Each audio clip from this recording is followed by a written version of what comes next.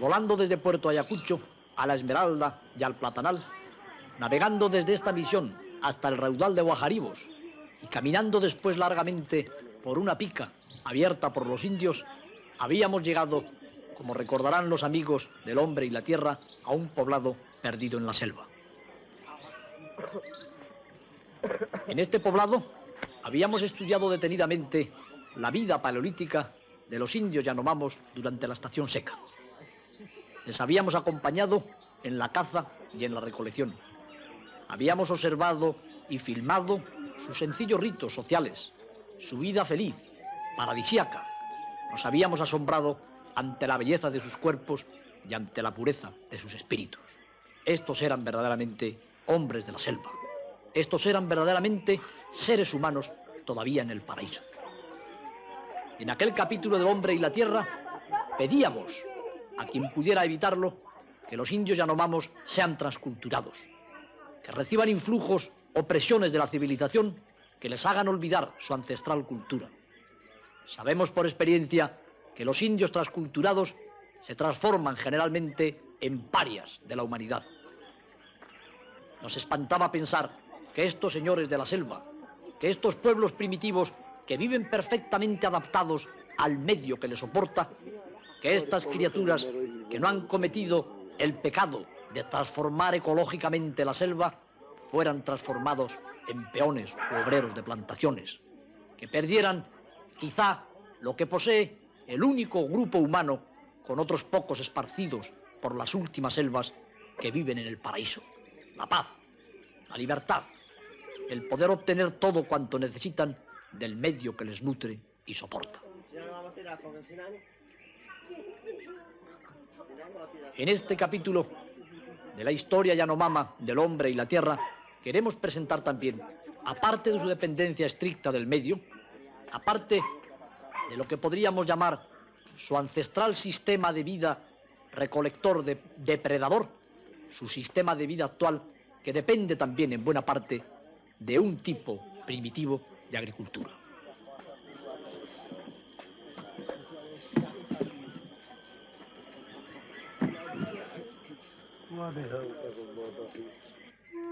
Efectivamente, no lejos del poblado existe lo que en Venezuela se llama el conuco. Es esta una roza que los indios abren en plena selva. Generalmente, para ello, cortan y queman los árboles grandes. Solamente respetan algunos y quizá algunos arbustos. Después, plantan allí o trasplantan bananos. Es precisamente la agricultura de estas musáceas en lo que se basa actualmente la economía del Huayca. Resulta evidente que esta ha sido una adquisición cultural relativamente reciente. Posiblemente se remonta a finales del siglo pasado. Todavía hablan las tradiciones de los huaycas vivientes, de los más ancianos, de que hubo una época en que este pueblo apenas conocía el cultivo del plátano. Parece ser que lo aprendieron los grupos más norteños de Yanomamos de los pueblos caribes. Al parte de las bananas, los huaycas obtienen también los frutos de una palmera que recibe el nombre de pijiguao.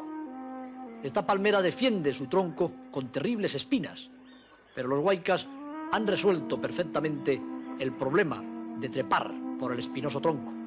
Se sirven para ello de este tipo de armadijos vegetales que les permiten subir a la esbelta palmera sin tocar sus espinas, sin lacerarse la piel con unas púas que sin duda alguna hubieran defendido, si no de manera inexpugnable, el dulce fruto de la palmera pijiguao.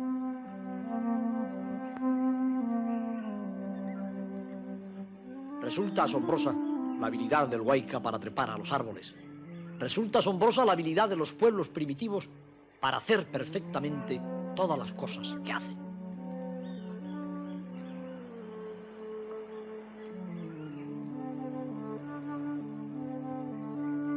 Pero no solamente emplean estos elementos los huaycas para trepar a los árboles, también se sirven de otros muchos sistemas. Ellos son un pueblo selvático. Ellos dependen y han dependido en muchos aspectos de su vida de los cientos y miles de plantas que crecen en su hábitat.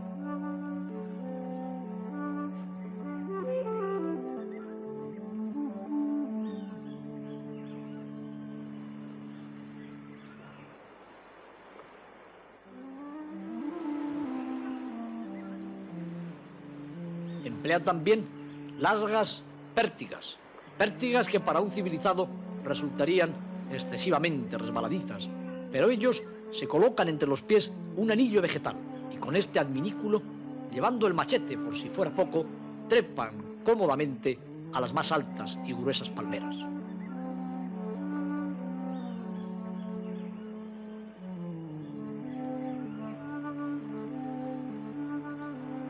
Este tipo de vida, estos ejercicios que para cazar, para recolectar o para trasladarse le exigen al huayca un constante trabajo muscular, son seguramente los que le dotan de un cuerpo absolutamente perfecto. No hemos encontrado entre los huaycas a ningún hombre defectuoso. No hemos encontrado a ningún obeso ni a ningún flaco. Todos eran modelos perfectamente eutróficos, como si hubieran trabajado en el mejor de los gimnasios dirigidos por el mejor de los profesores. Y esto es también lo que nos tememos que pierda el huayca el día que deje de ser un hijo de la selva.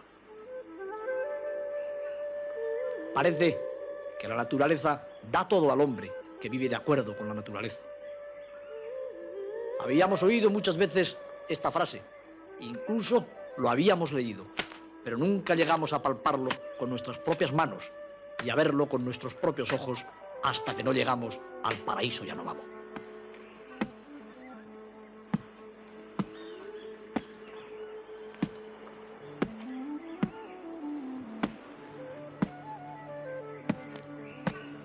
Ciertamente, los elementos de transculturación, como por ejemplo los machetes de acero que hoy emplean los Yanomamos, facilitan mucho su trabajo, pero, sin duda alguna, también les están haciendo olvidar la manufactura de sus armas líticas y de sus armas de madera primitivas.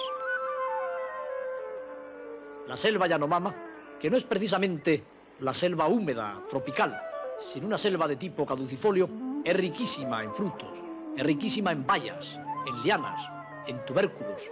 La selva proporciona al huayca un menú, diríamos que mucho más variado al que tienen los habitantes de cualquier gran ciudad humana.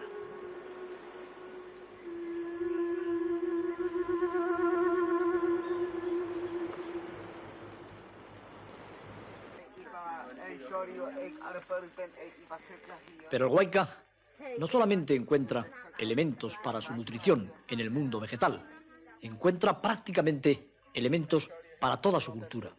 Por ejemplo, el chinchorro o hamaca, que es básico para la vida del huayca, puede fabricarse perfectamente empleando un bejuco determinado. Un bejuco que el huayca templa, que el huayca anuda, que el huayca confecciona a la perfección, sirviéndose tanto de las manos como de los pies.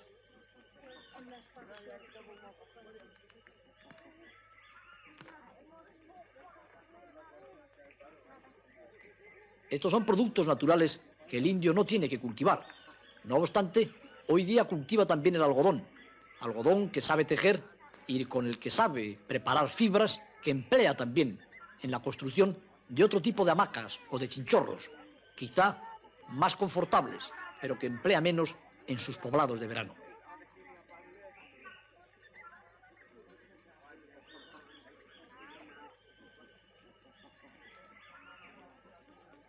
Siempre nos sorprendió la capacidad del Yanomamo para emplear no solamente las manos, sino también los pies y los dientes en la confección de todos sus elementos. En un primitivísimo telar, otro artesano prepara un chinchorro de algodón. Naturalmente, trabajan siempre al aire libre, porque viven al aire libre. Trabajan sin prisa, pero con bastante constancia. Nunca observamos en un poblado Yanomamo esa sensación de apatía, de abandono o de abulia que se ve siempre en los indios transculturados de las reservas. Estas gentes viven y trabajan felices. Estas gentes parece que no tienen presiones ni imperativos, pero no obstante están perfectamente dotados de todo cuanto necesitan.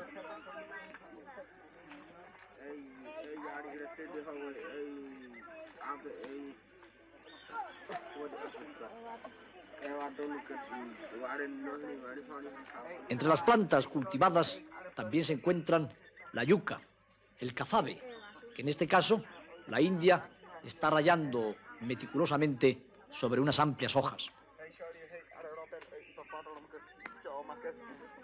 Las mujeres huaycas extraen las semillas del cacao masticando cuidadosamente la pulpa gelatinosa de este fruto del que hasta hace poco tiempo únicamente empleaban la pulpa, ignorando las semillas tan valiosas en nuestra cultura.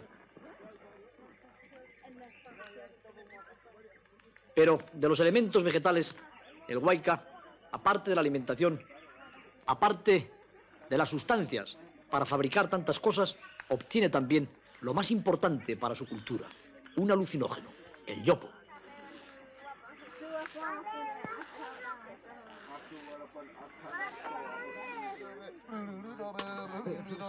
El yopo es una sustancia que extraen de las semillas de una leguminosa.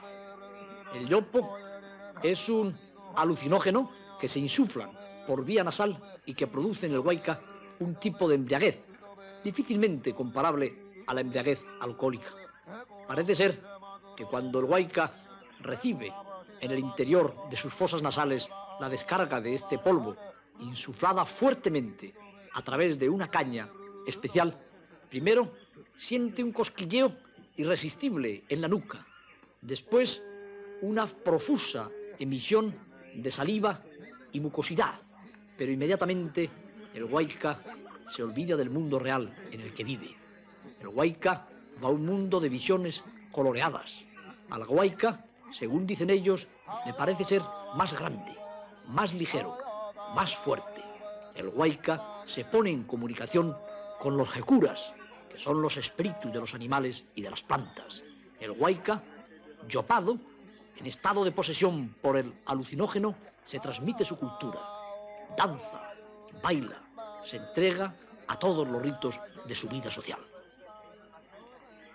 Ciertamente, los primeros momentos después de la inhalación del yopo son dramáticos. Cambia el color de la cara del indio. La profusa salivación le proporciona un aspecto nada atractivo. Pero dicen los huaycas que después son ellos mismos.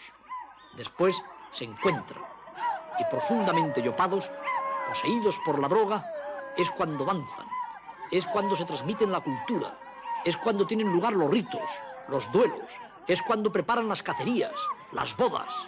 No podría hablarse de la cultura de estos indios sin el influjo de la droga, sin el influjo de una droga que parece ser que no crea adicción, sin el influjo de una droga que ciertamente parece ser que tampoco ocasiona, al menos aparentemente, efectos dañinos para la salud. Vimos huaycas de todas las edades que utilizaban el yopo desde su juventud. Vimos huaycas fortísimos, huaycas vigorosos, con sus reflejos físicos al nivel del más acabado de los atletas.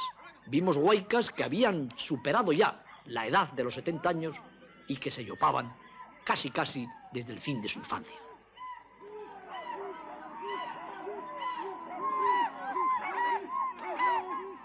Resulta asombroso el hecho de que estos indios, a los que muchas veces nos permitimos llamar salvajes, conozcan tan profundamente las cualidades de las plantas del medio en el que habitan, que no solamente han obtenido de ellas el curare para envenenar sus flechas, no solamente han obtenido de ellas el tabaco que mastican en forma de rollo, sino que también han llegado a obtener un alucinógeno, un elemento que les proporciona una, por lo visto, deliciosa embriaguez que les hace romper esa tensión que parece ser que necesitan la mayor parte de los humanos para sobrevivir.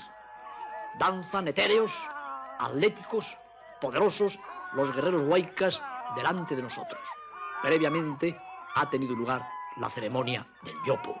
Previamente siempre han inhalado el polvo alucinógeno.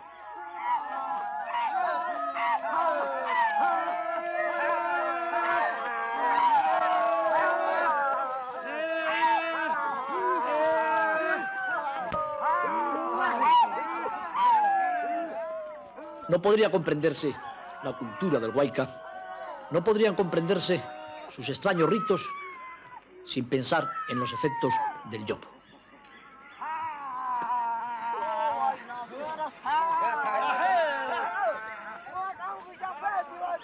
ante nuestras cámaras, realizaron los miembros de un poblado de Huaycas toda una fiesta. Era como presentarnos, entre bromas y veras, lo que constituyen sus danzas, lo que constituyen los ritos de los alucinógenos, lo que constituyen los duelos terribles, muchas veces hasta el borde mismo de la muerte. En bromas y en veras podíamos ver que estos eran guerreros, que no eran pastores ni agricultores, que eran cazadores primitivos, movidos por un tremendo espíritu de independencia y que defienden férreamente sus territorios de las tribus vecinas. En la danza del Huayca siempre están presentes las armas hermosas, trabajadas con primor, las armas que el Huayca lleva siempre en la mano. Muchas veces a las armas clásicas se suma el hacha, obtenida del explorador, del viajero, del misionero, el hacha que indudablemente resulta muy útil en la vida actual del Huayca, pero el hacha que en ocasiones determina heridas irreparables cuando yopados se entregan a sus duelos y a sus ritos.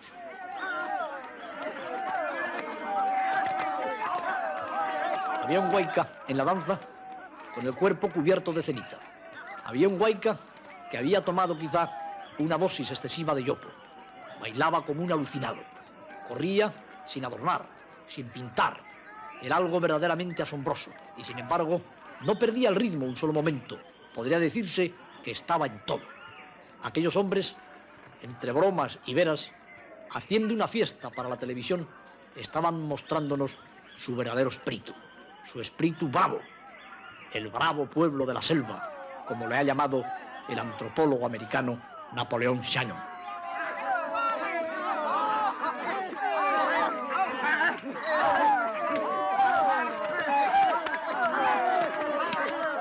Las mujeres observan con el niño en brazos la fiesta de los hombres. Generalmente en los pueblos primitivos la mujer juega muy poco en las danzas y en los ritos. La mujer es más bien un ser pasivo, un ser que observa el poder, la gallardía, la belleza de los adornados hombres. Cada una de las danzas, cada uno de los movimientos tiene un contenido profundo. Son jecuras, son espíritu del bosque y de los animales, son antepasados suyos, son criaturas que representan en sus movimientos. Todo este folclore quiere decir algo. Todo este folclore tiene un contenido que únicamente podría comprenderse si se llegara a comprender el alma del Huayca alucinado, cuando presa del yopo navega, flota por las altas regiones de la fantasía.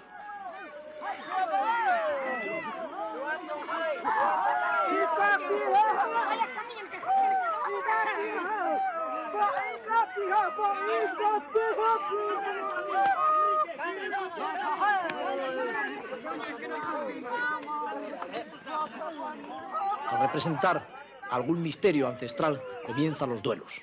Duelos que van increciendo.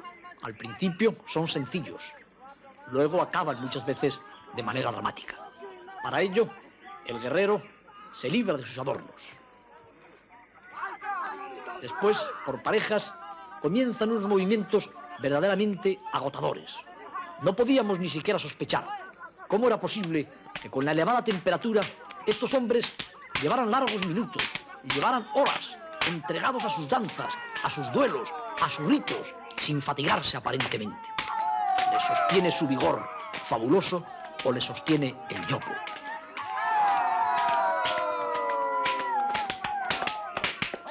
Se golpean rudamente en los flancos, saltan con los pies juntos en unos movimientos que nos parecen espantosamente fatigosos y sin embargo resisten, no se cansan, continúan. El hombre del hacha parece encargado de mantener el orden.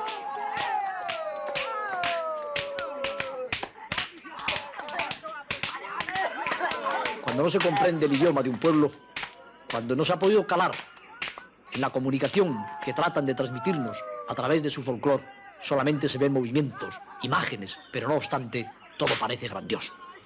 Ha llegado el duelo a palmadas.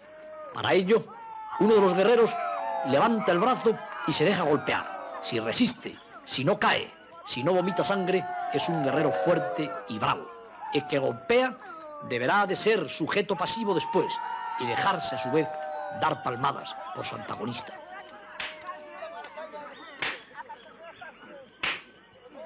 En las situaciones reales, cuando se dirimen problemas entre distintos poblados huaicas, estos puñetazos a la altura de la tetilla, en el lado derecho o en el izquierdo, han provocado muchas veces rotura de costillas, vómitos de sangre y caída de uno de los contendientes.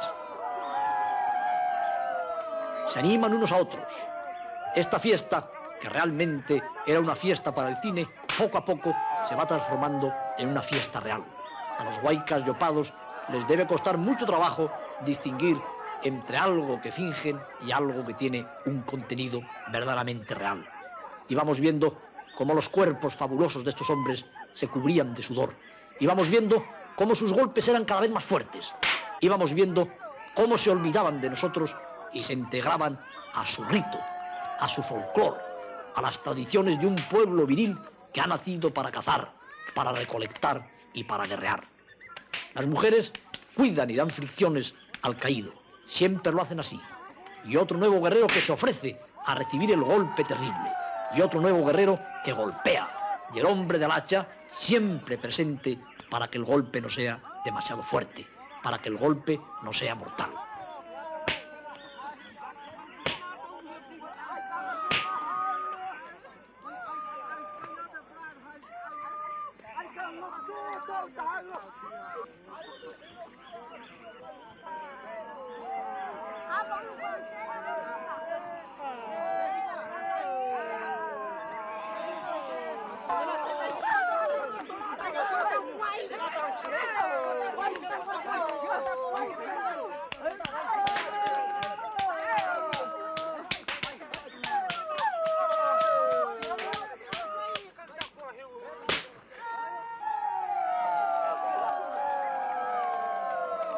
Al caer la tarde, los huaicas continúan golpeándose.